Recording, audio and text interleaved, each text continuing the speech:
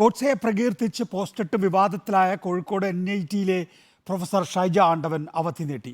3 ദിവസത്തെ അവധിയിലായിരുന്നു ഷൈജ. പ്രൊഫസർ ഇന്നും ക്യാമ്പസിലെത്തിയില്ല. സാനിയോ മനോമി വിശദാംശങ്ങളുമായി. ഷൈജ ആണ്ടവൻ അവധി നീട്ടിയത് പ്രതിഷേധത്തിൽ ആശങ്കപ്പെട്ടുകൊണ്ടാണോ സാനിയോ?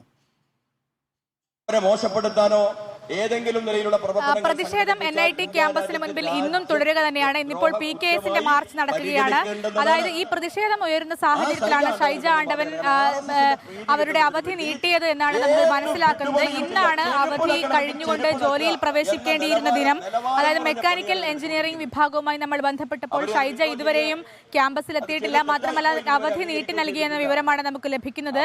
നേരത്തെ ഈ കമന്റ് ഇട്ടതിന് ശേഷം വലിയ പ്രശ്നങ്ങൾ, വലിയ പ്രതിഷേധങ്ങളടക്കം ക്യാമ്പസിനുള്ളിലും പുറത്തും ഉയർന്ന ഒരു സാഹചര്യത്തിലാണ് ഷൈജ 3 ദിവസത്തെ ലീവിലേക്ക് പോയത്. ഇവർ തിരിച്ചു വരാത്തത് കൊണ്ട് തന്നെ പോലീസിന് ഇവരെ ചോദ്യം ചെയ്യാനുള്ള നോട്ടീസ് നൽകാനും കഴിഞ്ഞിട്ടില്ല എന്നതാണ് ഏറ്റവും പ്രധാനപ്പെട്ട കാര്യം. ഇവർ തിരിച്ച് ക്യാമ്പസിലെത്തുമ്പോൾ ചോദ്യം ചെയ്യാനുള്ള നോട്ടീസ് നൽകുമെന്നായിരുന്നു കുന്നമംഗലം CI അറിയിച്ചിരുന്നത്. എന്നാൽ അതിന് സാധിച്ചിട്ടില്ല. വീണ്ടും അവധിയിൽ പ്രവേശിക്കുന്നു എന്ന് പറയുമ്പോൾ ചോദ്യം ചെയ്യാനുള്ള നോട്ടീസ് നൽകുന്നത് ഇനിയും വൈകുമെന്നാണ് നമ്മൾ മനസ്സിലാക്കുന്നത്.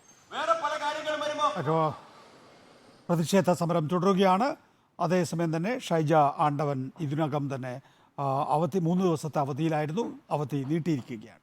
സാനിയോ മനോമിയാണ് വിശദാംശങ്ങൾ നൽകിയത്.